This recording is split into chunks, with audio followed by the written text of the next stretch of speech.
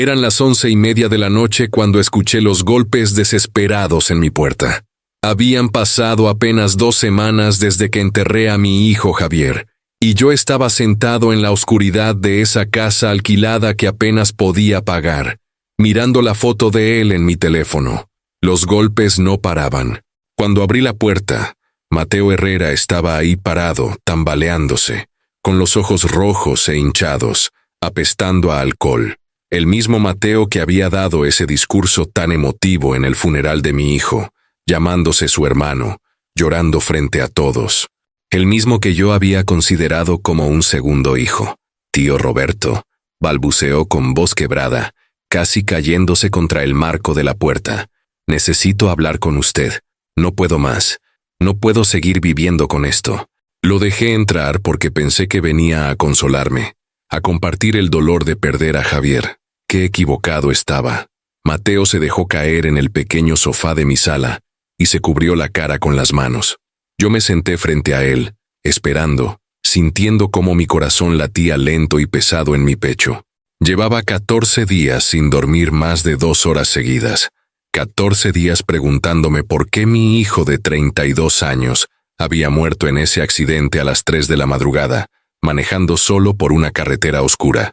Tío Roberto, yo maté a Javier, dijo de repente, levantando la cara para mirarme. Las lágrimas le corrían por las mejillas. Fui yo. Todo fue mi culpa. Él murió por mi culpa. Me quedé ahí sentado, paralizado, sintiendo cómo esas palabras entraban a mi cabeza, pero mi cerebro se negaba a procesarlas. ¿Qué estaba diciendo? ¿Qué significaba eso? Mateo empezó a hablar más rápido, las palabras saliendo entre sollozos y hipos de borracho, y con cada frase que decía, yo sentía como algo dentro de mí se iba rompiendo en pedazos cada vez más pequeños. Él estaba manejando esa noche para ir a pagarle a un tipo al que yo le debía dinero, continuó Mateo, mirándome con esos ojos suplicantes. 200,000 pesos que yo perdí apostando. El tipo me amenazó. Javier me dijo que él iría a pagarle, que no me preocupara. Me dijo que me fuera a casa, que él se encargaría, y yo lo dejé ir solo. Lo dejé ir solo a las 3 de la mañana y él se quedó dormido al volante de regreso. Por mi culpa, por mi maldita culpa. Si estás viendo esto, suscríbete al canal y déjame un comentario diciéndome desde qué parte de Latinoamérica nos estás viendo. Pero primero, déjame darte contexto de cómo llegué a este punto, porque lo que descubrirás a continuación es peor de lo que puedas imaginar. Necesito tus likes y comentarios para saber que me estás acompañando en esta historia, porque lo que viene es algo que nunca pensé que tendría que vivir. Me quedé mirando a Mateo, ese hombre que había conocido desde que tenía 20 años, ese muchacho al que había invitado a cenar en mi casa cientos de veces, al que le había dado consejos como si fuera mi propio hijo. Y en ese momento, sentado ahí en mi pequeña sala mientras él me confesaba que su irresponsabilidad había matado a Javier, una sola pregunta me quemaba la garganta. ¿Qué más me estaba ocultando? Porque yo había dado todo por ese restaurante. Absolutamente todo. Había vendido la casa donde mi esposa Elena y yo criamos a Javier. Había liquidado mi pequeño negocio de construcción, que me tomó 20 años construir. Había vaciado hasta el último peso de mis ahorros de jubilación. Todo para darle a mi hijo sus 8,470,000 pesos que necesitaba para abrir ese restaurante con su mejor amigo. Y ahora ese amigo estaba ahí, confesándome entre lágrimas de borracho que mi hijo había muerto pagando sus deudas de apuestas. Pero, ¿cómo había llegado hasta ese punto? ¿Qué había pasado en esos 2 años, desde que le di todo mi dinero a Javier? ¿Qué más no sabía yo? Lo que descubrí en los días siguientes me destrozó de una manera que ni siquiera la muerte de mi hijo había logrado hacer. Porque una cosa es perder a tu hijo en un accidente, y otra muy distinta es descubrir que murió por la traición del hombre en quien más confiaba. Para entender cómo llegué a ese momento devastador con Mateo confesándome en mi sala, necesito llevarte 2 años y 4 meses atrás. Necesito contarte sobre el día que cambió todo, el día que tomé la decisión más importante de mi vida, la decisión que pensé que aseguraría el futuro de mi hijo, pero que terminó siendo el principio de su fin. Era un sábado de julio cuando Javier llegó a mi casa, a la casa familiar en la que había crecido, la casa que mi esposa Elena y yo compramos cuando él tenía apenas 3 años. Elena había muerto hacía 15 años de cáncer de páncreas, y desde entonces había sido solo Javier y yo contra el mundo. Yo trabajaba en construcción, tenía mi propia pequeña empresa con 8 empleados, nada del otro mundo, pero era honesto y me daba para vivir dignamente. Papá, tengo algo importante que decirte, me dijo Javier ese día, sentándose conmigo en el patio trasero donde tantas veces habíamos hablado de la vida. Tenía 30 años entonces, trabajaba como chef en un restaurante de la ciudad, y yo estaba orgulloso de él. Mateo y yo queremos abrir nuestro propio restaurante. Ya encontramos el local perfecto. Es nuestra oportunidad, papá.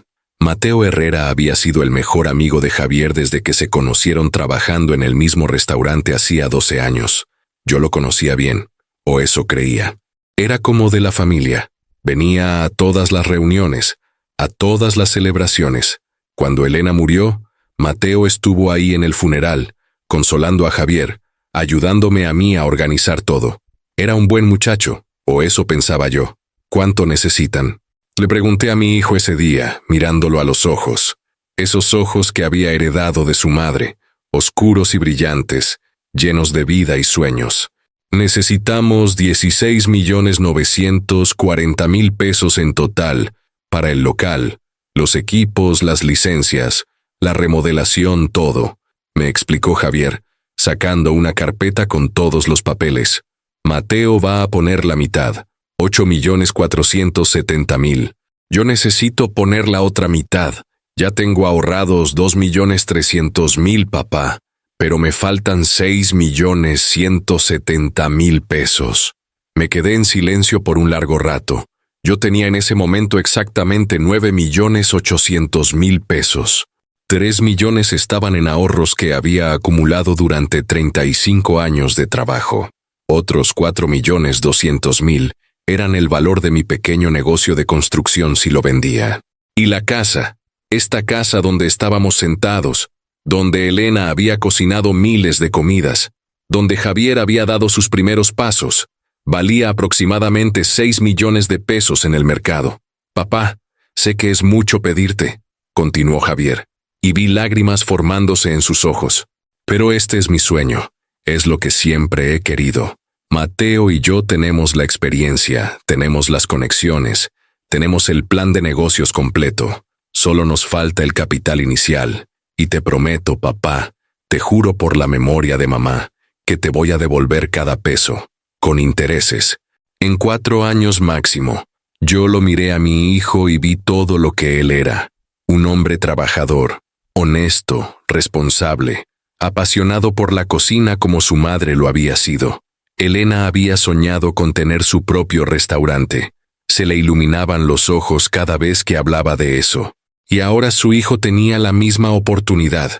Está bien, le dije. Voy a darte el dinero. Papá, no tienes que.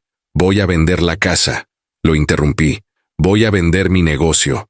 Voy a darte los 8.470.000 pesos que necesitas. Javier se levantó de su silla y me abrazó llorando. Papá, no puedo pedirte que vendas la casa. Es tu hogar. Es donde crecí. Es donde está mamá en cada rincón. Tu madre querría esto, le dije. Y era verdad. Ella querría que persiguieras tus sueños. Y yo también lo quiero. Tengo 56 años, hijo. No necesito una casa grande. Puedo rentar algo pequeño. Mi negocio está bien, pero puedo trabajar para otra empresa de construcción. Tengo experiencia. Siempre voy a encontrar trabajo. Pero tú tienes una oportunidad que no va a volver. Y yo voy a asegurarme de que la tomes. Tardé 3 meses en vender todo. La casa se vendió en 6.100.000 pesos a una familia joven. Mi negocio lo compró uno de mis competidores por 4 millones exactos. Con mis ahorros, junté en total 13.300.000 pesos. Le di a Javier 8.470.000 pesos exactos. Y me quedé con 4.830.000 para rentar una casa pequeña y vivir mientras conseguía trabajo en otra empresa. El día que le entregué el cheque a Javier en el banco, él me abrazó tan fuerte que casi no podía respirar. Te voy a hacer sentir orgulloso, papá. Te lo prometo. Este restaurante va a ser un éxito. Y cuando tenga ganancias, lo primero que voy a hacer es devolverte tu dinero y comprarte una casa mejor que la que vendiste. Solo quiero que seas feliz, hijo, le dije. Eso es lo único que me importa. Los primeros meses después de que abrieron el restaurante, todo parecía ir bien. El lugar se llamaba Sabor y Tradición y quedaba en una zona comercial muy buena de la ciudad. Yo iba a visitarlo seguido. Veía a Javier cocinando con esa pasión que lo caracterizaba. Veía a Mateo atendiendo a los clientes con su carisma natural. Me sentía orgulloso. Me sentía como si hubiera tomado la decisión correcta. Pero después de 6 meses, empecé a notar cosas extrañas. La primera señal fue un martes por la noche cuando pasé por el restaurante sin avisar. Eran las 10 de la noche y el lugar todavía estaba lleno de clientes. Pero Javier estaba solo en la cocina, completamente solo, sudando, corriendo de una estufa a otra, preparando como 8 platos al mismo tiempo. ¿Dónde está Mateo?, le pregunté cuando logré hablar con él. Tuvo que salir a resolver algo urgente, me respondió Javier, sin mirarme a los ojos. No te preocupes, papá, yo puedo manejarlo. La segunda señal fue 3 meses después. Fui a almorzar al restaurante un jueves y noté que Mateo llegó a las 2 de la tarde, cuando el lugar ya estaba cerrando el servicio del mediodía. Javier había estado solo desde las 7 de la mañana preparando todo. Mateo, ¿todo bien?, le pregunté cuando se sentó conmigo a tomar un café. Sí, tío Roberto, todo perfecto, me dijo con esa sonrisa encantadora que siempre tenía. Tuve una reunión con proveedores esta mañana. Ya sabe, cosas del negocio. Pero algo en su manera de decirlo no me sonó bien. Vi cómo Javier lo miraba desde la cocina, y había algo en esa mirada que no pude descifrar en ese momento. Preocupación, tal vez, o decepción. La tercera señal, y la que debería haberme hecho darme cuenta de que algo andaba muy mal, fue cuando Javier me llamó a las 11 de la noche un viernes, 6 meses antes de su muerte. Papá, necesito pedirte un favor, me dijo, y escuché el cansancio en su voz. ¿Podrías prestarme 250,000 pesos? Es una emergencia del restaurante, una reparación urgente de la cámara fría. Te los devuelvo en 2 meses, te lo prometo. Yo tenía ese dinero de lo que me quedaba de la venta de la casa y el negocio. Se lo presté sin hacer preguntas porque confiaba en mi hijo, y él me lo devolvió exactamente 2 meses después, tal como prometió. Pero lo que yo no sabía, lo que descubriría solo después de su muerte, era que esa reparación urgente era en realidad una deuda de apuestas de Mateo.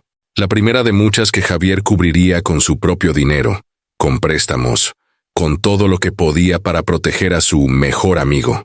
Yo vivía tranquilo en mi pequeña casa alquilada, trabajando en otra empresa de construcción, visitando a Javier en el restaurante cuando podía, creyendo que todo iba bien, creyendo que mi sacrificio había valido la pena, creyendo que estaba viendo a mi hijo cumplir sus sueños. No tenía idea de que estaba viendo a mi hijo trabajarse hasta el agotamiento para cubrir la irresponsabilidad de Mateo. No tenía idea de que cada vez que Javier me decía, «Estoy bien, papá», estaba mintiendo para no preocuparme. No tenía idea de que el hombre que yo consideraba como un segundo hijo estaba destruyendo todo lo que habíamos construido. Y definitivamente no tenía idea de que todo eso terminaría con mi hijo muriendo solo en una carretera oscura a las 3 de la madrugada, manejando exhausto después de trabajar 18 horas, para ir a pagar una deuda que no era suya. Si yo hubiera sabido entonces lo que sé ahora, si hubiera prestado más atención a esas señales, si hubiera hecho más preguntas, tal vez mi hijo seguiría vivo. Pero yo confiaba en Javier y confiaba en Mateo, y esa confianza me costó todo lo que amaba en este mundo. Lo que vino después de esa noche cuando Mateo apareció borracho en mi puerta, fue descubrir la verdad completa. Y créeme cuando te digo que la verdad era 1000 veces peor de lo que jamás hubiera podido imaginar. Después de que Mateo me soltó esa confesión devastadora esa noche, lo eché de mi casa. No podía ni mirarlo. Pasé el resto de la noche despierto, sentado en la oscuridad, tratando de procesar lo que me había dicho, pero había algo que no me dejaba en paz, la sensación de que había más, mucho más, Y tenía razón. Al día siguiente, a las 7 de la mañana, llamé a Diego Sánchez, el contador que Javier había contratado para el restaurante. Diego había estado en el funeral, había llorado la muerte de mi hijo. Era un hombre honesto que había conocido a Javier en la universidad. Don Roberto, me dijo Diego cuando contestó, ¿cómo está usted? ¿En qué puedo ayudarlo? Diego, necesito que me digas la verdad, le dije directamente. Necesito saber todo lo que pasó con el restaurante, todo lo que Javier no me contó. Hubo un silencio largo del otro lado de la línea, tan largo que pensé que había colgado. Don Roberto, yo no sé si debería. Mi hijo está muerto, Diego. Lo interrumpí, sintiendo cómo la voz se me quebraba. Y anoche Mateo vino a mi casa a confesarme que Javier murió pagando sus deudas de apuestas. Necesito saber la verdad completa. Se lo debes a Javier. Diego suspiró profundamente. Está bien, venga a mi oficina esta tarde a las 3. Tengo todos los estados de cuenta y registros. Le voy a mostrar todo. Esas 6 horas hasta las 3 de la tarde fueron las más largas de mi vida. Cuando llegué a la oficina de Diego, él tenía 3 carpetas gruesas sobre su escritorio. Me senté frente a él y vi la tristeza en sus ojos. Don Roberto, lo que voy a mostrarle va a dolerle, comenzó Diego, abriendo la primera carpeta. Pero usted tiene derecho a saber. Javier me hizo prometer que nunca le contaría esto mientras él estuviera vivo. Decía que usted ya había sacrificado demasiado y no quería preocuparlo más. Muéstrame, le dije. La primera humillación fue descubrir que Mateo nunca puso su parte del dinero. De los 8.470.000 pesos que se suponía que él aportaría, solo puso 1.200.000 al principio. El resto, 7.270.000 pesos, lo cubrió Javier. Mi hijo sacó 3 préstamos personales diferentes, vendió el carro que tenía, empeñó joyas que habían sido de su madre, pidió dinero prestado a amigos, todo para cubrir la parte que Mateo había prometido poner. Pero, ¿por qué? Pregunté a Diego sintiendo cómo la rabia empezaba a crecer en mi pecho. ¿Por qué Javier hizo eso? Porque Mateo le dijo que había tenido una emergencia familiar, explicó Diego, mostrándome mensajes de WhatsApp impresos. Decía que su padre había tenido un infarto y necesitaba el dinero para la operación. Le prometió a Javier que en 6 meses reuniría el dinero y se lo devolvería. Javier le creyó porque era su mejor amigo desde hacía 12 años. Leí los mensajes con mis propias manos temblorosas. Mateo escribiendo: hermano, te juro que en 6 meses te devuelvo todo. Mi viejo está grave. No tengo a quien más recurrir. Tú eres mi hermano. Y Javier respondiendo: no te preocupes, Matt. Yo me encargo. Lo que sea por ti. Pero eso era solo el principio. La segunda humillación fue descubrir los retiros constantes de dinero de la cuenta del restaurante. Diego me mostró los estados de cuenta de los últimos 2 años. Retiros de 50.000 pesos aquí, 80.000 allá, 120.000 más adelante. Todos autorizados por Mateo, quien tenía acceso a la cuenta como socio. ¿Para qué era todo ese dinero?, pregunté. Apuestas, respondió Diego con amargura. Mateo apostaba en casinos online, en peleas de gallos, en partidos de fútbol. Javier se enteró hace 1 año y medio cuando el banco lo llamó para informarle de movimientos sospechosos. Confrontó a Mateo. Diego me mostró más mensajes. Esta vez una conversación entre Javier y Mateo de hace 18 meses. Javier: Mateo, necesitamos hablar. El contador me mostró los retiros. ¿Qué está pasando? Mateo: hermano, lo siento, tengo un problema, necesito ayuda. Javier: ¿estás apostando el dinero del restaurante? Mateo: solo fue un par de veces. Pensé que podría recuperar lo que gasté, pero perdí. Lo siento mucho. Te voy a devolver todo, te lo juro. Javier: Mateo, esto es serio. Es nuestro negocio. Es el dinero que mi papá sacrificó todo para darme. Mateo: lo sé, hermano. Lo sé. Dame una oportunidad. Voy a cambiar. Te lo prometo por mi vida. Y Javier, mi noble y confiado hijo, le dio esa oportunidad. ¿Y sabes qué hizo Mateo? Siguió apostando. Siguió robando dinero del restaurante. Siguió mintiendo.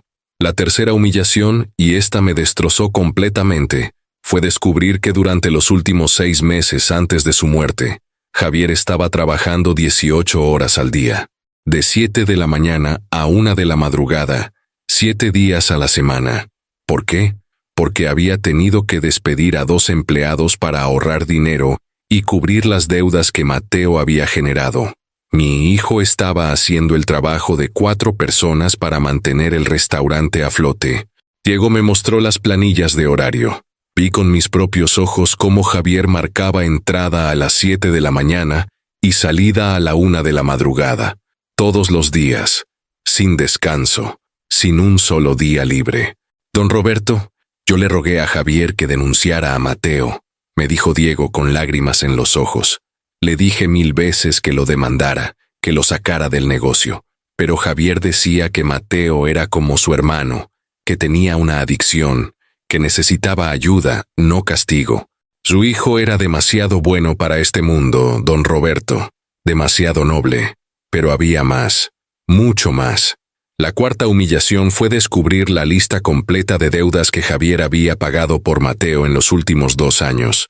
Diego tenía un registro detallado. Marzo de hace 2 años, 180. Teneudo 0 pesos a un prestamista por deudas de apuestas de Mateo junio de hace 2 años, 250. 1000 pesos a otro prestamista septiembre de hace 2 años, 320. 1000 pesos a un casino, diciembre de hace 2 años, 420. 1000 pesos a un organizador de peleas de gallos marzo del año pasado, 380. 0 pesos a un prestamista que amenazó a Mateo julio del año pasado, 510. 100 pesos a un grupo de apuestas deportivas octubre del año pasado, 640. 1000 pesos a otro casino enero de este año, 720. 100 pesos a prestamistas que fueron al restaurante a cobrar, y así seguía la lista. En total, durante 2 años, mi hijo pagó 4.200.000 pesos en deudas de apuestas de Mateo. 4.200.000 pesos que salieron de su propio bolsillo, de préstamos que él sacó a su nombre, de las ganancias del restaurante que deberían haber sido para hacer crecer el negocio. ¿Y qué hacía Mateo mientras Javier pagaba todo esto? Pregunté a Diego, aunque ya sabía la respuesta. Seguía apostando, respondió Diego. Seguía prometiendo que iba a cambiar. Seguía llorando y pidiendo perdón. Y Javier seguía creyéndole. Hasta que murió. Terminé la frase. La quinta humillación fue descubrir exactamente qué había pasado la noche que Javier murió. Diego me mostró los mensajes de WhatsApp de esa noche fatal. Eran las 11:15 de la noche. Javier acababa de cerrar el restaurante después de trabajar desde las 7 de la mañana. 16 horas de trabajo continuo. Mateo le escribió: «Hermano, necesito ayuda urgente. El tipo al que le debo los 200.000 está en mi casa. Dice que si no le pago ahorita me va a partir las piernas. Por favor, es la última vez. Te lo juro por Dios». Javier respondió a los 2 minutos: «¿Dónde está el tipo?» Mateo: «En el bar Los Troncos, carretera norte, kilómetro 47. Dice que me espera hasta las 3 a.m. Por favor, hermano, tengo miedo». Javier: «Voy para allá. Espérame en tu casa, no salgas». Mi hijo, exhausto después de 16 horas de trabajo, manejó 47 kilómetros por una carretera oscura a las 11:30 de la noche para ir a pagarle a un prestamista que amenazaba a su mejor amigo.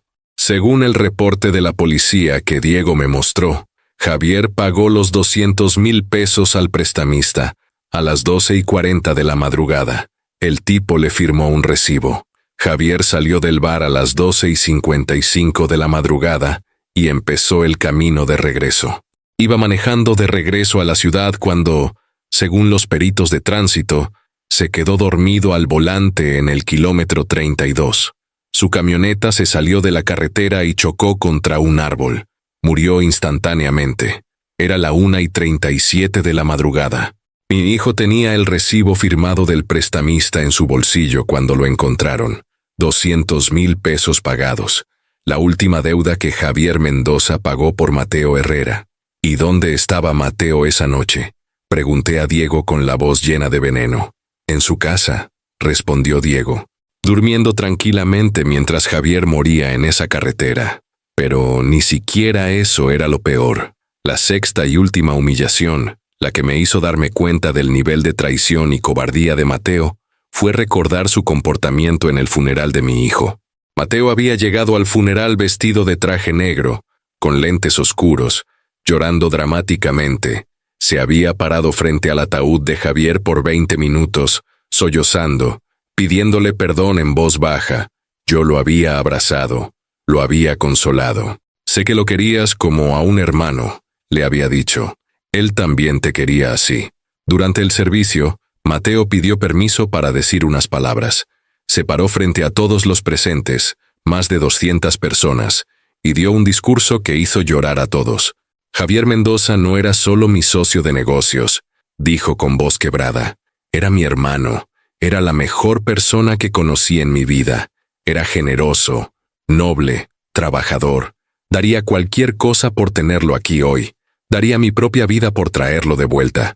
Javier, hermano, donde estés, quiero que sepas que voy a cuidar de tu papá. Voy a cuidar del restaurante que construimos juntos. Voy a honrar tu memoria cada día de mi vida. Te lo prometo. Todos aplaudieron. Todos lloraron. Yo abracé a Mateo después y le dije, gracias, hijo. Gracias por quererlo tanto. Y todo ese tiempo, todo ese maldito tiempo, Mateo sabía la verdad.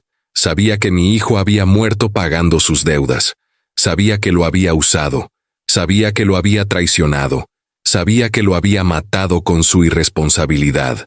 Y aún así se paró ahí, frente a 200 personas, y mintió. Actuó. Fingió ser el amigo devoto y destrozado. Cuando Diego terminó de mostrarme todo, me quedé sentado en su oficina por 1 hora completa, sin poder moverme. Las carpetas con toda la evidencia estaban frente a mí. Estados de cuenta, mensajes, recibos, reportes. La historia completa de cómo Mateo Herrera había destruido a mi hijo durante 2 años mientras yo no sabía nada. Don Roberto, me dijo Diego finalmente, sé que esto es doloroso, pero necesitas saber algo más. El restaurante está lleno de deudas. Entre los préstamos que Javier sacó y las deudas que todavía se deben, hay un total de 4.200.000 pesos por pagar. Javier estaba usando todas las ganancias para pagar esas deudas poco a poco. Trabajaba esas 18 horas diarias para mantener el restaurante abierto y seguir pagando. El pobre murió agotado, endeudado, y con la carga de proteger al hombre que lo estaba destruyendo. Sentí como algo dentro de mí se endurecía, algo frío y oscuro que nunca antes había sentido. No era solo dolor, no era solo tristeza, era rabia, era furia, era sed de justicia. Diego, le dije, mirándolo directamente a los ojos, necesito que me hagas copias de todo esto, todos los estados de cuenta, todos los mensajes, todos los recibos, todo. ¿Qué va a hacer, don Roberto? Voy a asegurarme de que Mateo Herrera pague por lo que le hizo a mi hijo, respondí. Voy a asegurarme de que todo el mundo sepa qué clase de persona es. Voy a quitarle todo lo que le importa, igual que él me quitó a lo único que me importaba en este mundo. Diego asintió lentamente. Le voy a preparar todo. Y don Roberto, si necesita que testifique o que ayude en lo que sea, cuente conmigo. Javier era mi amigo. Era un hombre bueno. Merece justicia. Salí de esa oficina con 3 carpetas llenas de evidencia bajo el brazo. Subí a mi viejo carro, y me quedé sentado ahí por un largo rato, mirando las carpetas en el asiento del copiloto. Pensé en Javier trabajando 18 horas al día. Pensé en él manejando exhausto por esa carretera oscura. Pensé en él muriendo solo, con el recibo de una deuda ajena en su bolsillo. Pensé en todos los años que sacrificó, en todo el dinero que pagó, en todas las mentiras que creyó, y en ese momento, sentado en mi carro en el estacionamiento de la oficina de Diego, tomé una decisión. Mateo Herrera había destruido a mi hijo. Había destruido el sueño por el que yo había vendido todo. Había mentido en el funeral de Javier frente a 200 personas. Había tenido 2 semanas para vivir con su secreto sin decirme nada, hasta que la culpa y el alcohol lo hicieron aparecer en mi puerta. Pero ahora yo sabía la verdad. Y la verdad era un arma. Una que pensaba usar con precisión quirúrgica. Mateo pensaba que podía llorar, pedir perdón, y todo quedaría igual. No tenía idea de con quién estaba tratando. No tenía idea de lo que un padre destrozado es capaz de hacer cuando descubre que el hombre que consideraba familia asesinó a su único hijo. Esa noche no dormí. Me quedé despierto hasta las 5 de la mañana, sentado en mi pequeña sala, con las 3 carpetas de evidencia abiertas frente a mí sobre la mesa. Leía cada documento, cada mensaje, cada estado de cuenta. Memorizaba cada número, cada fecha, cada mentira. Y mientras más leía, más clara se volvía mi mente.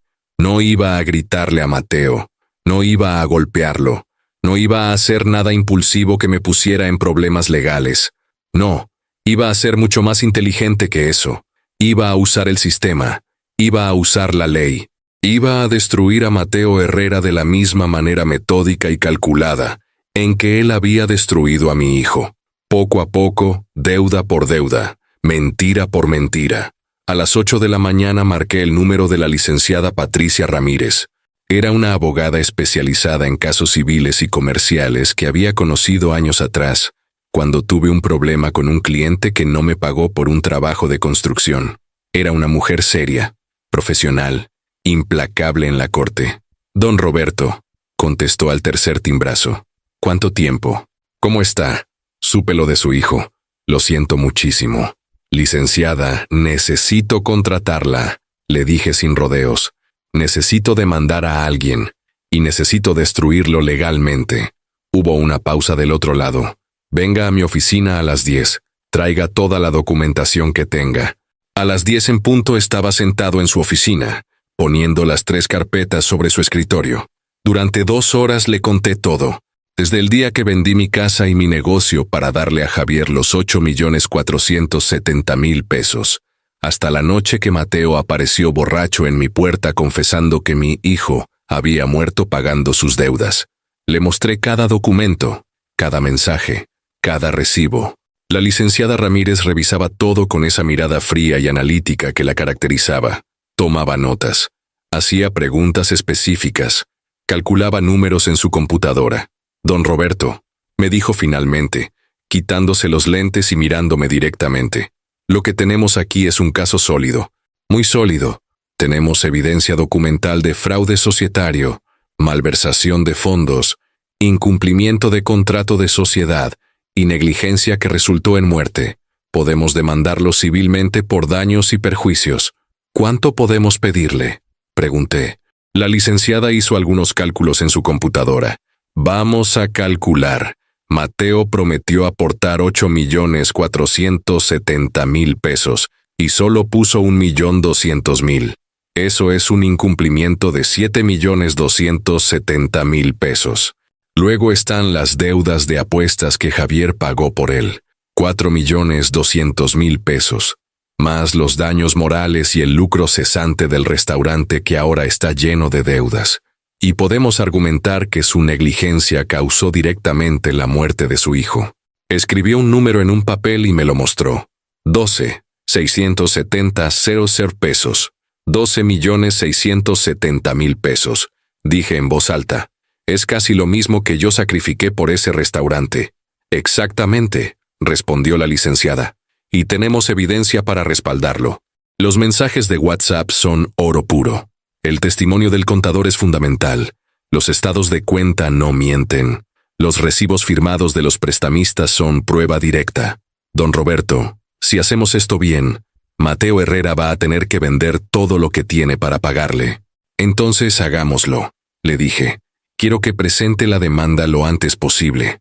Hay algo más que podemos hacer, continuó la licenciada, con una pequeña sonrisa que no llegaba a sus ojos.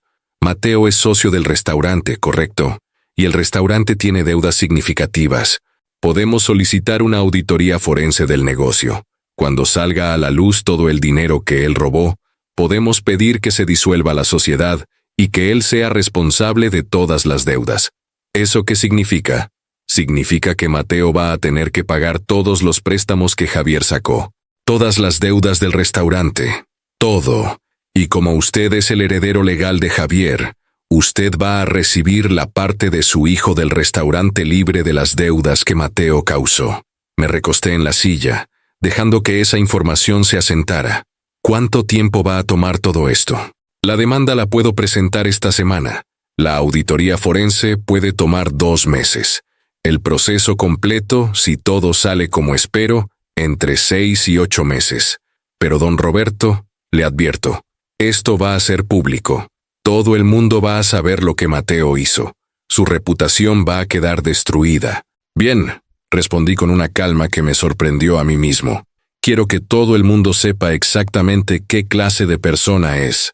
4 días después, la licenciada Ramírez presentó la demanda civil contra Mateo Herrera por 12.670.000 pesos por fraude, malversación de fondos, incumplimiento de contrato y daños y perjuicios.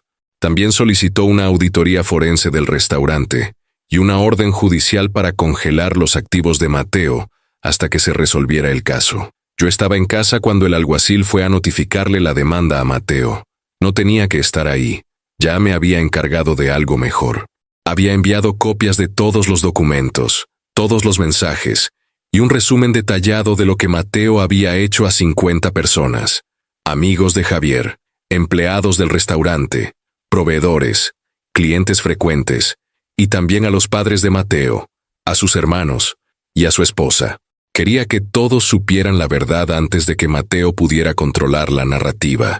Mi teléfono sonó a las 3:20 de la tarde. Era Mateo. No contesté. Llamó otra vez. Y otra vez. 6 llamadas seguidas. Finalmente me dejó un mensaje de voz. Lo escuché en altavoz. Tío Roberto, por favor, contésteme. Por favor. No entiendo qué está pasando. Un alguacil vino a mi casa y me entregó una demanda. ¿Usted me está demandando? ¿Por qué? Yo le conté la verdad porque confío en usted. Porque necesitaba desahogarme. ¿Y así me paga? Por favor, hablemos. Podemos arreglar esto, por favor. Borré el mensaje sin responder. 2 horas después me llamó de nuevo. Esta vez contesté. Don Roberto, por favor, necesito hablar con usted. Empezó Mateo, y podía escuchar el pánico en su voz. Mi esposa acaba de recibir un correo con un montón de documentos. Dice que yo le robé dinero a Javier. Eso no es cierto. Bueno, sí tuve un problema con las apuestas, pero yo iba a pagar todo. Javier lo sabía. Éramos hermanos. ¿Por qué está haciendo esto? ¿Por qué estoy haciendo esto? Repetí con una calma helada. Mateo, prometiste poner 8.470.000 pesos en el restaurante. Solo pusiste 1.200.000. Javier tuvo que conseguir los otros 7.270.000. Vendiendo todo lo que tenía y sacando préstamos que todavía se están pagando. Yo iba a... No terminé de hablar, lo interrumpí. Durante 2 años robaste dinero del restaurante para apostar. 4.200.000 pesos que Javier tuvo que pagar de su bolsillo. Mi hijo trabajaba 18 horas al día para cubrir tus deudas mientras tú seguías apostando. Don Roberto, yo tengo una adicción. Necesitaba ayuda. Javier lo entendía. Mi hijo murió manejando a las 3 de la madrugada para pagar una deuda tuya de 200.000 pesos. Dije, sintiendo cómo la rabia subía en mi garganta. Murió después de trabajar 16 horas. Murió porque se quedó dormido al volante. Murió por tu culpa. Y tú tuviste el descaro de pararte en su funeral y decir que lo querías como a un hermano. Yo sí lo quería. Él era mi mejor amigo. Los amigos no destruyen a sus amigos, Mateo, respondí. Los amigos no los usan. Los amigos no los matan con su irresponsabilidad. Y ahora vas a pagar. Vas a pagar cada peso que le robaste a mi hijo. Vas a pagar por cada mentira que dijiste. Vas a pagar por cada promesa que rompiste. Don Roberto, por favor, yo no tengo 12 millones de pesos. Si me obliga a pagar eso, voy a tener que vender mi casa. Mi esposa me va a dejar. Voy a perder todo. Bien, dije simplemente, porque eso es exactamente lo que tú le hiciste a mi hijo. Le quitaste todo, su dinero, su salud, su vida. Ahora es tu turno de perder todo. Por favor, podemos llegar a un acuerdo. Puedo pagarle en cuotas, puedo. No hay acuerdo, Mateo. Nos vemos en la corte. Colgué el teléfono y lo bloqueé inmediatamente. No quería escuchar más sus súplicas. No quería escuchar más sus promesas vacías.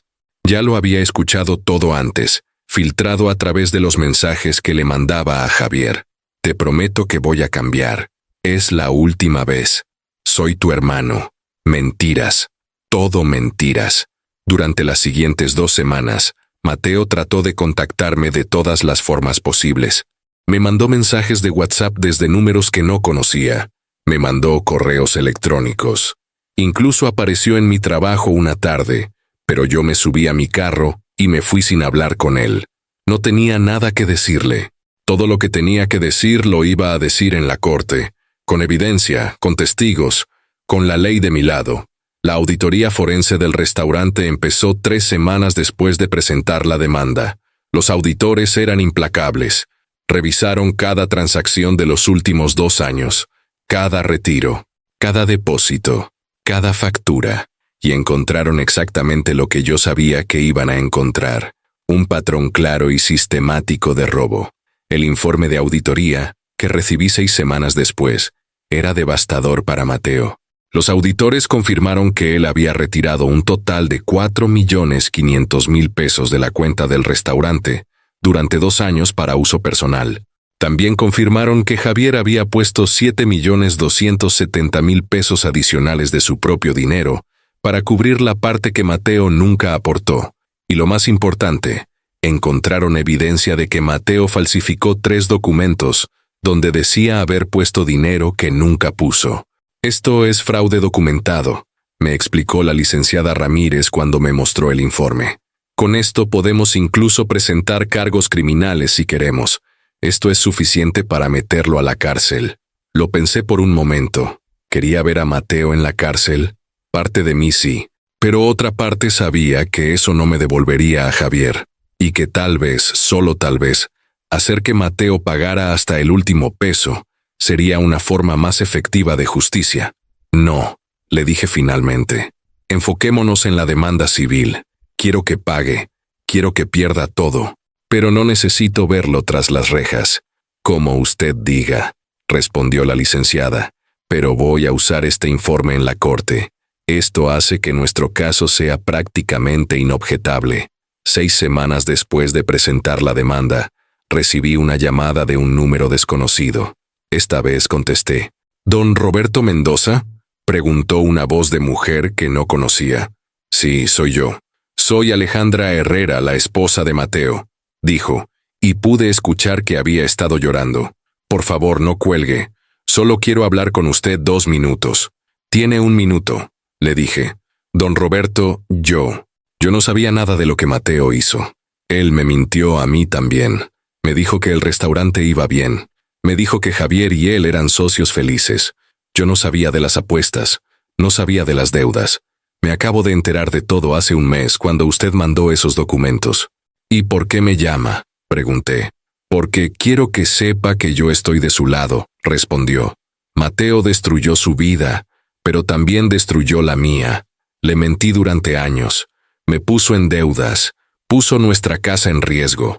Y lo peor de todo es que causó la muerte de Javier, un hombre bueno que solo quería ayudarlo.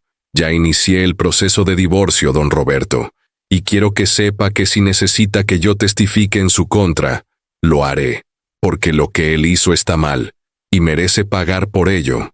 Me quedé en silencio por un momento, procesando sus palabras. Gracias, señora Alejandra, se lo agradezco. Una última cosa, continuó ella. Los padres de Mateo, sus hermanos, todos lo repudiaron cuando supieron la verdad. Está solo, don Roberto. Ya perdió a su familia. Ya perdió su reputación. Ya perdió su matrimonio. Sé que eso no le devuelve a su hijo, pero quiero que sepa que está sufriendo. Bien, respondí sin emoción. Gracias por llamar. Colgué el teléfono y me quedé mirando la pared de mi pequeña sala. Mateo estaba perdiendo todo. Su esposa, su familia, su reputación, exactamente como yo había planeado. Pero extrañamente, no sentía satisfacción, solo sentía un vacío profundo, porque nada de esto, absolutamente nada, me devolvería a Javier. 2 días después recibí otra llamada. Esta vez era el padre de Mateo, don Ernesto Herrera, un hombre de 70 años al que yo conocía desde hacía años. Roberto, me dijo con voz cansada, soy Ernesto, ¿podemos hablar? Don Ernesto, respondí. Con todo respeto, no tengo nada que hablar. Lo sé, lo entiendo. Solo quiero decirle que mi esposa y yo estamos devastados por lo que nuestro hijo hizo. Javier era un muchacho maravilloso. No merecía nada de esto. Y usted tampoco merece este dolor. Nosotros le fallamos, Roberto. Fallamos en criar a un hombre de honor. Y lo sentimos profundamente.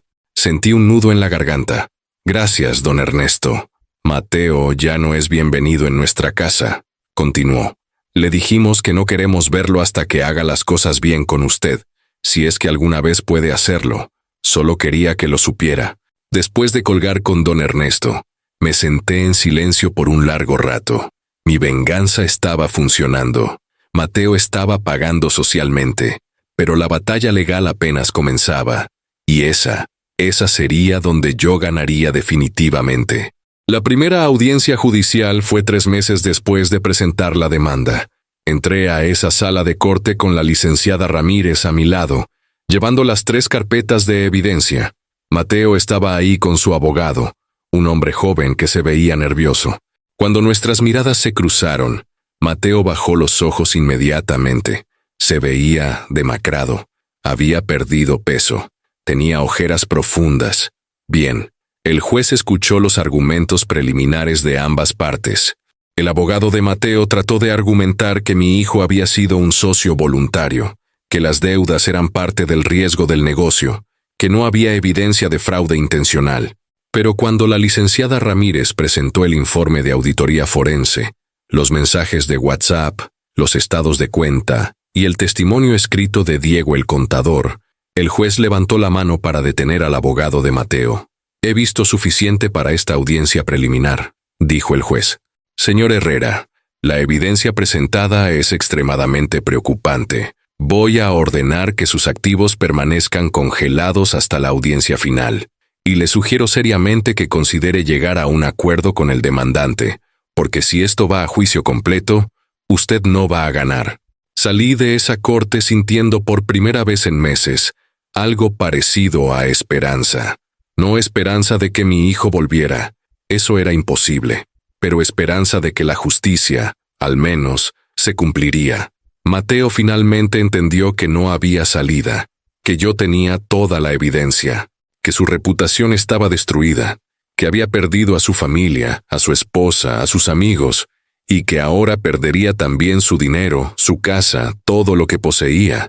Pero incluso sabiendo todo eso, todavía no había visto lo peor, porque las verdaderas consecuencias de sus acciones apenas estaban comenzando a manifestarse, y cuando llegaran con toda su fuerza, Mateo Herrera entendería verdaderamente lo que significa perderlo todo. Después de esa primera audiencia judicial donde el juez básicamente le dijo a Mateo que iba a perder, empecé a ver las verdaderas consecuencias de mis acciones, y debo admitir que había una parte oscura de mí que disfrutaba cada minuto de su sufrimiento. La primera consecuencia visible fue el restaurante. Sabor y tradición, el lugar por el que mi hijo había sacrificado su vida, cerró sus puertas 2 semanas después de la audiencia, sin Javier trabajando 18 horas al día para mantenerlo a flote, sin nadie dispuesto a cubrir las deudas que Mateo había generado, y con los activos de Mateo congelados por orden judicial, el negocio simplemente colapsó. Diego, el contador, me llamó el día que cerraron definitivamente. Don Roberto, pensé que debía saberlo, me dijo. Hoy fue el último día del restaurante. Los empleados están liquidando todo. Es triste ver cómo termina algo por lo que Javier luchó tanto. Me dolió, no voy a mentir. Pero al mismo tiempo, ese restaurante era un monumento a la traición de Mateo. Ver que cerraba era ver que esa mentira finalmente moría. 2 semanas después, recibí una llamada de Carolina Méndez, una de las meseras que había trabajado en el restaurante desde el principio. Había sido amiga cercana de Javier. Don Roberto quería contarle algo, me dijo. Mateo vino al restaurante el último día, cuando estábamos empacando todo. Estaba llorando, diciendo que él podía salvarlo, que solo necesitaba tiempo, pero ninguno de nosotros lo dejó entrar. Le dijimos que se fuera, que por su culpa Javier estaba muerto y el restaurante cerrado. Pensé que debía saberlo. Gracias, Carolina, le respondí. ¿Y cómo están ustedes, los empleados? Tristes, don Roberto, pero también aliviados. Todos sabíamos que Javier estaba exhausto, que algo andaba mal, pero no sabíamos la magnitud de lo que Mateo había hecho hasta que usted mandó esos documentos. Todos lo odiamos ahora. Algunos de los muchachos incluso fueron a su casa a gritarle. La policía tuvo que intervenir. Eso me sorprendió. Fueron a su casa. Sí, Pedro y Miguel, los cocineros. Fueron a decirle que era un asesino, que había matado a Javier. Mateo llamó a la policía. Hubo un escándalo. Salió en las noticias locales. Todo el mundo en la ciudad ya sabe lo que hizo. La segunda consecuencia importante llegó 4 semanas después de la primera audiencia. La licenciada Ramírez me citó en su oficina. Don Roberto, tengo noticias, me dijo con una pequeña sonrisa. El abogado de Mateo me contactó. Quiere negociar un acuerdo. ¿Qué tipo de acuerdo?, pregunté. Mateo está dispuesto a admitir toda la culpa públicamente. Está dispuesto a pagar los 12.670.000 pesos que estamos demandando, pero quiere hacerlo en pagos. Propone vender su casa, vender su carro, liquidar todo lo que tiene. Eso le daría aproximadamente 8 millones de pesos inmediatamente. Los otros 4.670.000 pesos los pagaría en cuotas mensuales durante 10 años. ¿Y qué opina usted, licenciada?, le pregunté. Opino que es una buena oferta, respondió honestamente. Si vamos a juicio, vamos a ganar, no hay duda. Pero el proceso puede tomar otros 6 meses, y luego cobrar la sentencia puede tomar años. Mateo podría declararse en bancarrota, podría esconder activos. Con este acuerdo, usted recibe 8 millones de inmediato y tiene garantía legal de los pagos mensuales. Si no paga, va a la cárcel por desacato. Lo pensé cuidadosamente. ¿Y la admisión pública de culpa? ¿Qué implica?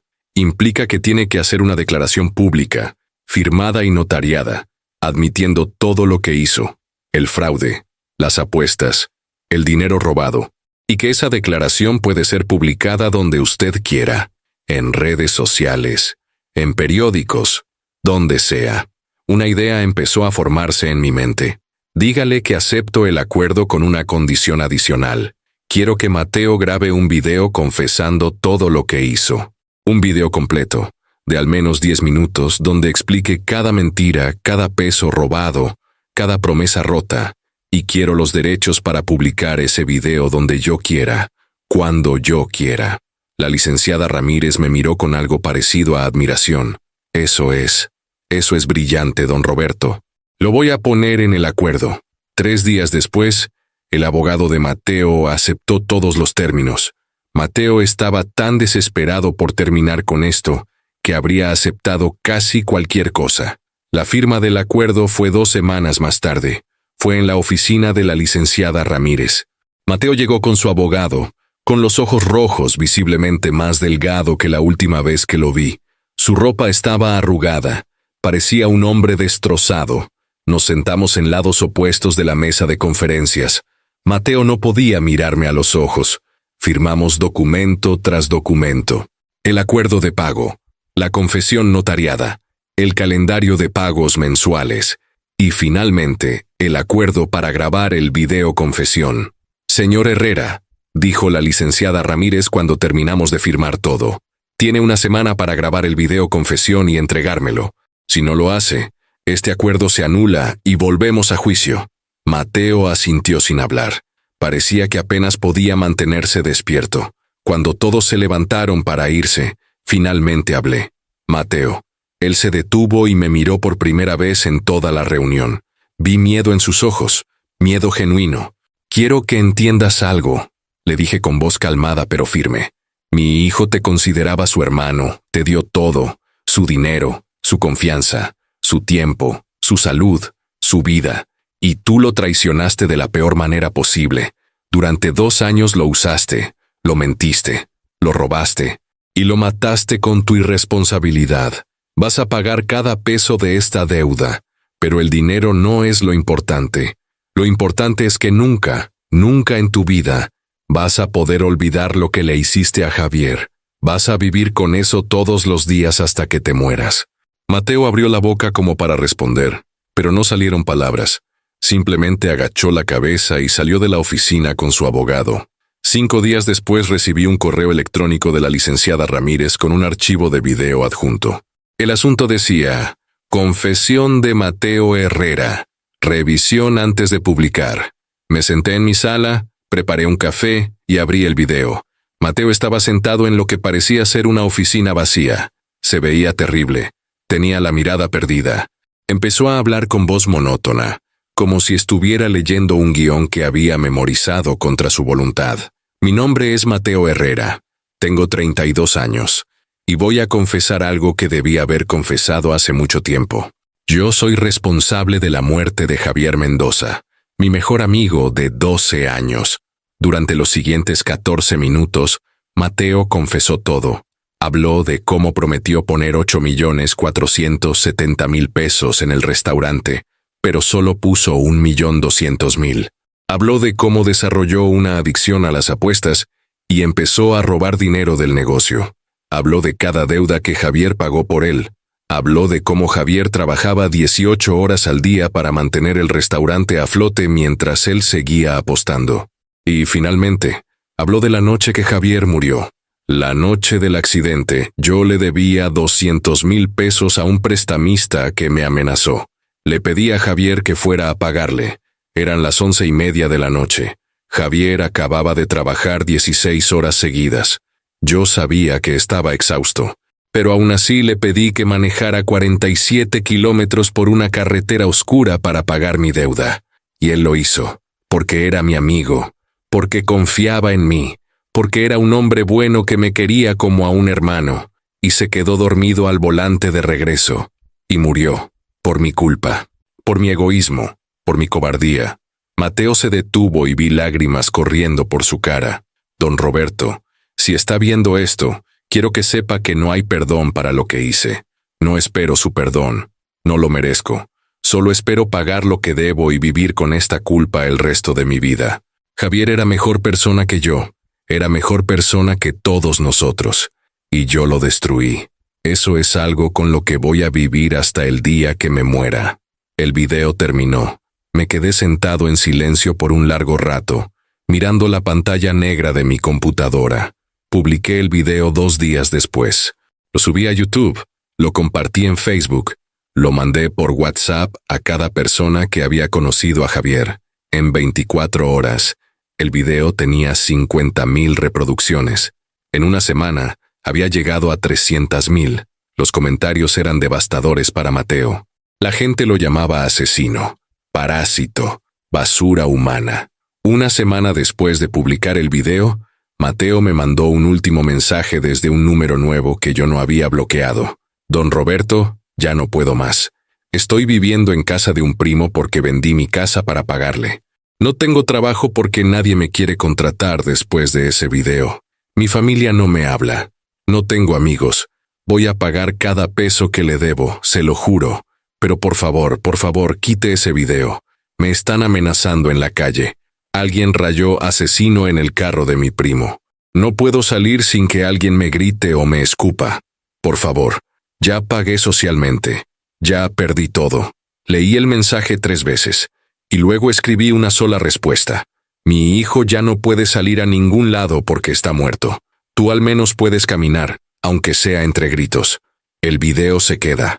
Y bloqueé el número y nunca más volví a escuchar de Mateo directamente. 2 meses después de firmar el acuerdo, recibí el primer pago mensual. 50.000 pesos exactos, tal como estaba estipulado en el contrato.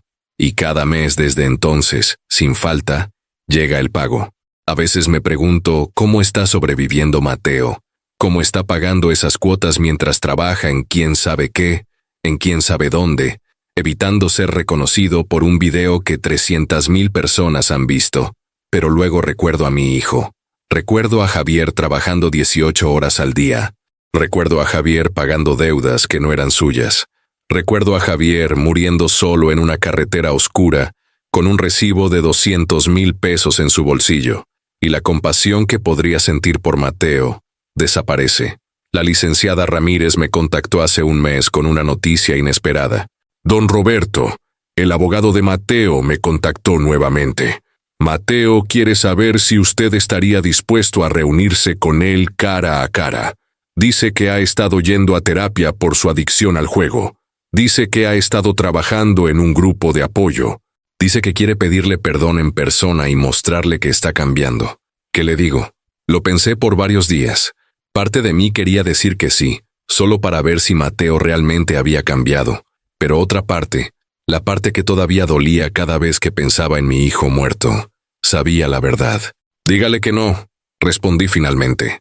Dígale que puede ir a toda la terapia que quiera, puede cambiar si quiere, pero que yo no necesito verlo, que yo no necesito su perdón, que lo único que necesito es que siga pagando cada peso que debe, y que si realmente quiere honrar a Javier, que lo haga viviendo una vida que mi hijo estaría orgulloso de ver, pero que lo haga lejos de mí. La licenciada transmitió el mensaje.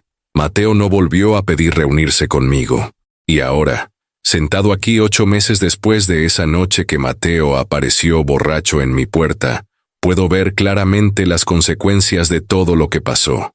Mateo perdió su casa, su matrimonio, su familia, su reputación, su carrera. Está pagando una deuda que le tomará 10 años saldar. Vive escondido, trabajando en quién sabe qué, evitando ser reconocido. Yo recuperé algo de dinero. Tengo la satisfacción de saber que la justicia se cumplió. Tengo la certeza de que Mateo está pagando por lo que hizo, pero sigo sin tener a mi hijo. Sigo despertándome por las noches con la imagen de Javier trabajando exhausto en esa cocina. Sigo viendo su cara cada vez que cierro los ojos. Y eso nunca va a cambiar. Sin importar cuánto sufra Mateo, la venganza se sintió bien por un tiempo. Pero ahora me enfrento a una pregunta que no esperaba tener que responder. ¿Y ahora qué?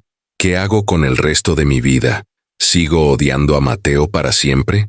¿O encuentro alguna manera de convertir este dolor en algo que honre la memoria de mi hijo? Esa es la decisión que todavía tengo que tomar, y es la más difícil de todas. Han pasado 10 meses desde el accidente de Javier, 6 meses desde que firmé el acuerdo con Mateo, y en todo este tiempo he recibido puntualmente cada uno de los pagos mensuales de 50,000 pesos. El dinero se acumula en una cuenta bancaria que abrí específicamente para eso. No lo toco, no lo uso, solo lo veo crecer mes a mes mientras me pregunto qué demonios se supone que debo hacer con él. Fue Diego, el contador, quien me dio la idea sin siquiera saberlo. Me llamó un martes por la tarde, 3 meses después de que Mateo empezara a pagar. Don Roberto, ¿cómo está? Solo llamaba para saludarlo y para contarle algo que tal vez le interese. Dime, Diego, ¿recuerda a Carolina, la mesera del restaurante? La que llamó para contarle sobre cuando corrieron a Mateo el último día. Sí, la recuerdo. Bueno, ella acaba de abrir un pequeño negocio de catering, comida preparada para eventos, y don Roberto cocina exactamente como Javier le enseñó. Usa sus recetas, su estilo. Es como si una parte de su hijo siguiera viva en esa comida. Pensé que le gustaría saberlo. Después de colgar con Diego, me quedé pensando en eso. Una parte de Javier seguía viva, en las recetas que enseñó, en las personas que entrenó, en la pasión por la cocina que compartió con otros. Y fue entonces cuando empecé a preguntarme, ¿qué más de mi hijo podía seguir vivo? ¿Qué más podía hacer para honrar su memoria de una manera que realmente significara algo? Esa noche no pude dormir.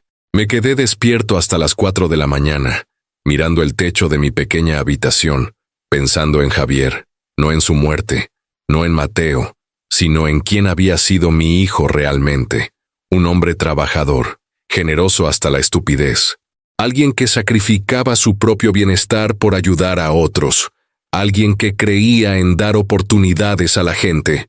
A las 8 de la mañana llamé a la licenciada Ramírez. Don Roberto, buenos días. ¿Todo bien? ¿Mateo atrasó algún pago? No, no es eso. Los pagos están llegando. Licenciada, necesito que me ayude con algo diferente. Algo legal, pero diferente. Dígame, quiero crear una fundación, una organización sin fines de lucro, y quiero llamarla Fundación Javier Mendoza. Hubo una pausa del otro lado. ¿Una fundación? ¿Para qué propósito? para ayudar a hijos de trabajadores de la construcción y de la industria de restaurantes a estudiar carreras técnicas o universitarias. Gente como yo, como Javier, gente que trabaja duro pero no tiene los recursos para darles educación superior a sus hijos.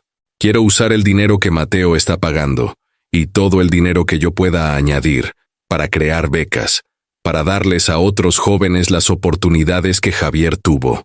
Don Roberto, eso es hermoso, respondió la licenciada con voz emocionada. Sí, puedo ayudarlo a establecer eso. Va a requerir papeleo, registro legal, establecer una junta directiva, pero es completamente factible. Entonces hagámoslo, le dije. Y licenciada, hay algo más. Quiero que parte de los fondos vayan específicamente a programas de rehabilitación para adicciones al juego. Programas gratuitos para gente que no puede pagarlos. ¿Programas para adicciones al juego?, preguntó sorprendida. ¿Por qué? Porque la adicción de Mateo destruyó a mi hijo. Pero hay otros Mateos allá afuera, y hay otros Javieres sufriendo por sus adicciones. Si puedo evitar que otra familia pase por lo que yo pasé, eso significaría algo. Eso le daría sentido a todo este dolor.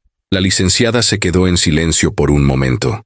Don Roberto, usted es un hombre mejor de lo que yo sería en su situación. Voy a empezar con los trámites hoy mismo.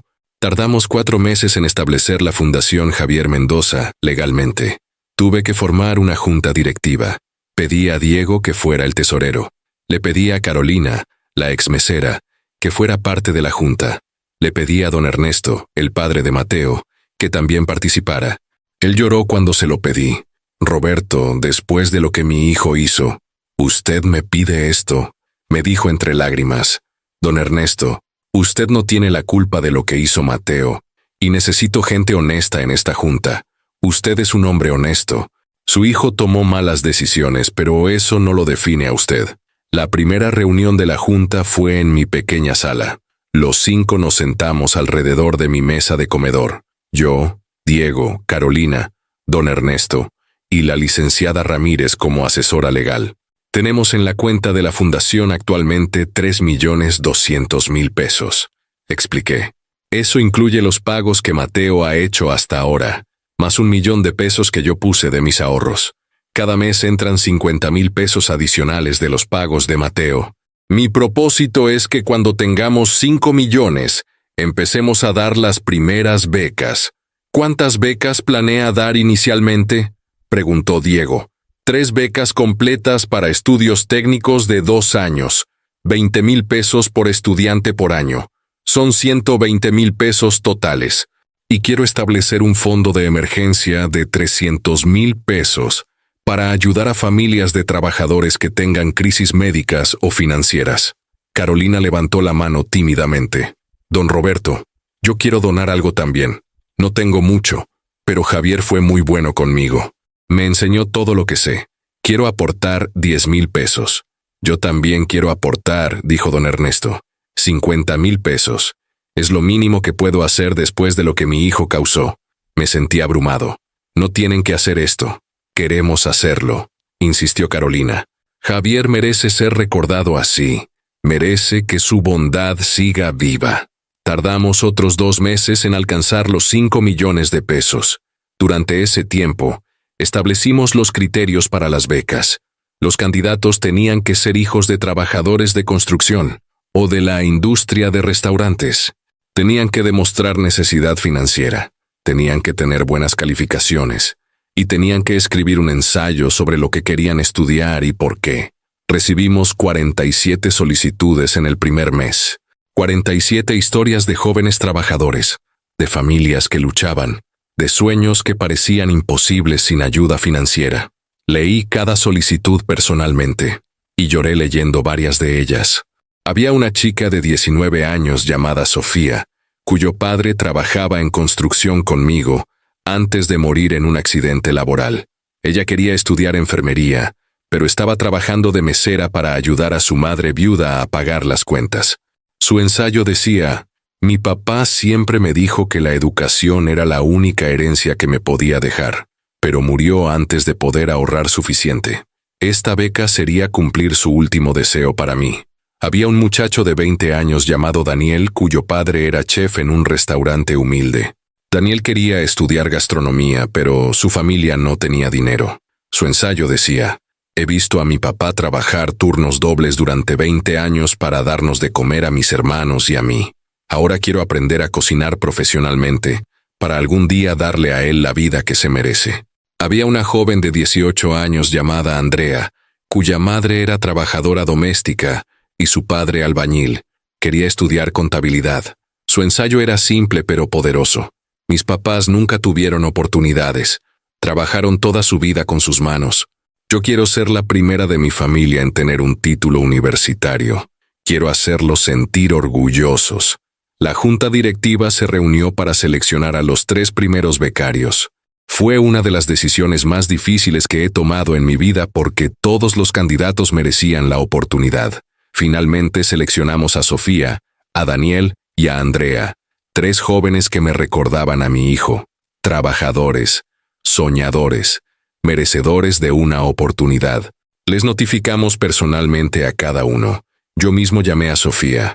«Señorita Sofía Ramírez», pregunté cuando contestó. «Sí, soy yo», respondió con voz nerviosa. «Soy Roberto Mendoza, director de la Fundación Javier Mendoza. Llamo para informarle que ha sido seleccionada como una de nuestras primeras becarias. La fundación va a cubrir completamente sus estudios de enfermería durante 2 años».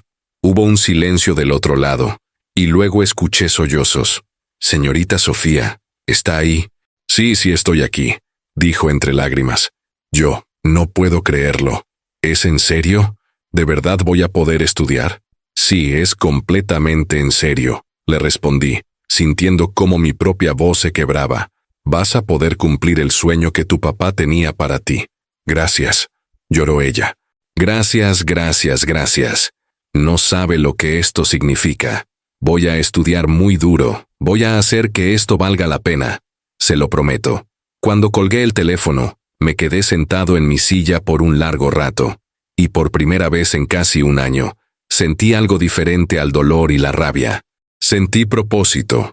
Sentí que tal vez, solo tal vez, algo bueno podía salir de esta tragedia. Organizamos una pequeña ceremonia de entrega de becas 2 meses después. Fue en un salón comunitario que nos prestaron. Invitamos a los 3 becarios y sus familias. También invité a todos los que habían trabajado con Javier en el restaurante, a los proveedores que lo conocieron, a sus amigos de la universidad. Puse una foto grande de Javier en el frente del salón. Mi hijo sonriendo en su uniforme de chef, con ese brillo en los ojos que siempre tenía cuando estaba en la cocina. Me paré frente a todos para dar un discurso. Había preparado algo elaborado, pero cuando llegó el momento, solo pude hablar desde el corazón. «Mi hijo Javier murió hace 1 año», empecé. «Murió por ayudar a alguien que no lo merecía. Murió siendo demasiado bueno, demasiado generoso, demasiado confiado. Durante meses solo sentí rabia. Rabia contra el hombre que lo usó. Rabia contra el mundo por quitármelo. Rabia contra mí mismo por no haber visto lo que estaba pasando». Hice una pausa, mirando las caras de los jóvenes becarios sentados en primera fila. Pero luego me di cuenta de algo. Podía dejar que esa rabia me consumiera, o podía honrar a mi hijo de la manera que él hubiera querido. Javier creía en dar oportunidades, creía en ayudar a los demás, creía en el trabajo duro y en perseguir los sueños. Esta fundación es mi manera de mantener vivo ese espíritu. Miré directamente a Sofía, Daniel y Andrea. Ustedes 3 representan todo lo que Javier era. Son trabajadores, son soñadores, y merecen cada oportunidad que esta fundación les puede dar. Cuando se gradúen, cuando logren sus metas, cuando ayuden a sus familias, van a estar honrando la memoria de mi hijo. Van a estar demostrando que su bondad no murió con él. Después de la ceremonia, los padres de los becarios vinieron a abrazarme. La mamá de Sofía, una mujer pequeña de 50 años con manos gastadas por el trabajo, me abrazó llorando. «Don Roberto, usted le está dando a mi hija lo que su papá no pudo darle», me dijo. «Que Dios lo bendiga. Que el alma de su hijo descanse en paz sabiendo que su papá está haciendo tanto bien». Esa noche, De regreso en mi pequeña casa, me senté en mi sala con una cerveza y miré la foto de Javier que tengo en la repisa. Mi hijo de 32 años, congelado para siempre en ese momento de felicidad. Espero que estés orgulloso, hijo, le dije a la foto. Espero que esto sea lo que hubieras querido. Y por primera vez en un año, sentí algo parecido a paz. No era felicidad. Nunca volvería a ser verdaderamente feliz sin mi hijo. Pero era algo. Era un propósito. Era una manera de seguir adelante. Mateo sigue pagando sus 50,000 pesos cada mes. Sigue viviendo escondido en algún lugar de la ciudad. Sigue cargando con su culpa. Y honestamente, ya no pienso mucho en él. No lo he perdonado. Probablemente nunca lo perdone. Pero ya no lo odio con la intensidad que lo odiaba antes. Porque me di cuenta de algo importante. Odiar a Mateo no me devuelve a Javier. Destruir a Mateo no me hace sentir mejor. Pero ayudar a estos jóvenes, darles las oportunidades que Javier quería dar a otros, eso sí significa algo. Eso sí honra la memoria de mi hijo. El dinero que Mateo paga, el dinero que vino de tanta traición y dolor, ahora se está convirtiendo en algo bueno, en educación, en oportunidades, en esperanza. Y eso es una forma de justicia que nunca imaginé cuando todo esto comenzó. No sé si Mateo alguna vez cambiará realmente. No sé si su arrepentimiento es genuino o solo es el resultado de haber perdido todo. Y honestamente, ya no me importa. Su redención o su condena ya no es mi problema. Mi problema es vivir el resto de mi vida de una manera que hubiera hecho orgulloso a Javier. Y creo, por primera vez en un año, que estoy empezando a encontrar cómo hacerlo. Han pasado 14 meses desde que enterré a mi hijo. 1 año y 2 meses desde la peor noche de mi vida.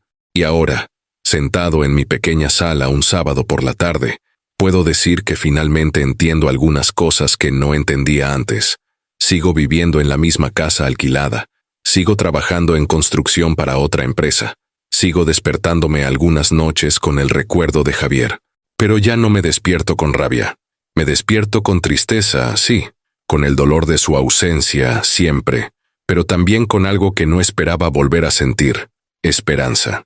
La Fundación Javier Mendoza ahora tiene 6,800,000 pesos. Los 3 primeros becarios están en su segundo semestre y van excelente. Sofía tiene las mejores calificaciones de su clase de enfermería. Daniel está trabajando medio tiempo en un restaurante mientras estudia gastronomía, aplicando todo lo que está aprendiendo. Andrea ya está ayudando a su familia con trabajos freelance de contabilidad. Hace 2 semanas abrimos la convocatoria para 3 becarios más. Esta vez recibimos 84 solicitudes. 84 jóvenes que necesitan ayuda. 84 familias trabajadoras que tienen sueños para sus hijos. 84 oportunidades de honrar la memoria de Javier. Carolina abrió su segundo local de catering el mes pasado. Usa las recetas de Javier y tiene una foto de él en la pared de su cocina. Me invitó a la inauguración y lloré cuando vi esa foto. Él me enseñó todo, me dijo. Cada plato que cocino es un tributo a su hijo, don Roberto. Diego sigue siendo el contador de la fundación. Trabaja gratis. Dice que es lo mínimo que puede hacer por Javier.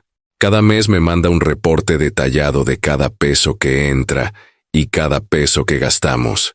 Es meticuloso, honesto, exactamente el tipo de persona que mi hijo elegiría tener a su lado. Mateo sigue pagando. Nunca falla un pago. Son ya 16 meses de 50,000 pesos mensuales. 800,000 pesos pagados de los 12,670,000 que debe. Le faltan 11,870,000 pesos. Le faltan 8 años y 8 meses de pagos. No he vuelto a hablar con él. No he vuelto a verlo. Y no planeo hacerlo. Algunas heridas son demasiado profundas para sanar con palabras. Algunas traiciones son demasiado grandes para perdonar. Y está bien. No tengo que perdonarlo para seguir adelante con mi vida. He aprendido algo importante en este último año. La venganza se siente bien por un momento, pero no llena el vacío. Destruir a la persona que te hirió no repara el daño. Lo que realmente importa es lo que haces después. ¿Cómo transformas ese dolor en algo que tenga significado? Si pudiera hablarle a alguien que está pasando por algo similar, le diría esto: Está bien sentir rabia. Está bien buscar justicia. Está bien querer que la persona que te lastimó pague por lo que hizo. Pero no dejes que eso se convierta en lo único que te define. No dejes que el odio consuma el resto de tu vida. Encuentra una manera de honrar a la persona que perdiste. Encuentra una manera de transformar ese dolor en algo bueno. Porque al final, esa es la única venganza real. Seguir viviendo, seguir amando, seguir creyendo en la bondad a pesar de todo el mal que has visto. Mi hijo era un hombre bueno, demasiado bueno tal vez, pero esa bondad no murió con él. Vive en cada estudiante que recibe una beca de su fundación. Vive en cada plato que Carolina cocina con sus recetas. Vive en cada persona que escucha su historia y decide ser más generosa, más compasiva, más humana. Javier Mendoza vivió 32 años. No fueron suficientes, nunca serán suficientes para mí, pero en esos 32 años tocó vidas, enseñó a otros, amó profundamente, trabajó duro y creyó en dar oportunidades. Ahora es mi trabajo asegurarme de que esos 32 años sigan teniendo impacto, que su memoria sea más que una foto en mi sala, que su bondad sea más que un recuerdo doloroso. Y cada mes cuando llega ese pago de 50,000 pesos, ya no lo veo como dinero manchado por la traición, lo veo como semillas. Semillas que voy a plantar en las vidas de jóvenes que lo necesitan, semillas que van a crecer y dar frutos que mi hijo nunca verá, pero que existen gracias a él. Esa es mi paz, esa es mi justicia, y esa es mi manera de decirle a Javier, donde quiera que esté, que su vida importó. Que su sacrificio no fue en vano, que su padre lo amó entonces, lo ama ahora, y seguirá amándolo cada día hasta que nos volvamos a encontrar. Y si estás viendo esto y has llegado hasta el final de mi historia, te pido un favor. No olvides dejar tu comentario, tu like y suscribirte al canal, porque historias como esta necesitan ser contadas, necesitan recordarnos que incluso en la tragedia más oscura podemos encontrar luz.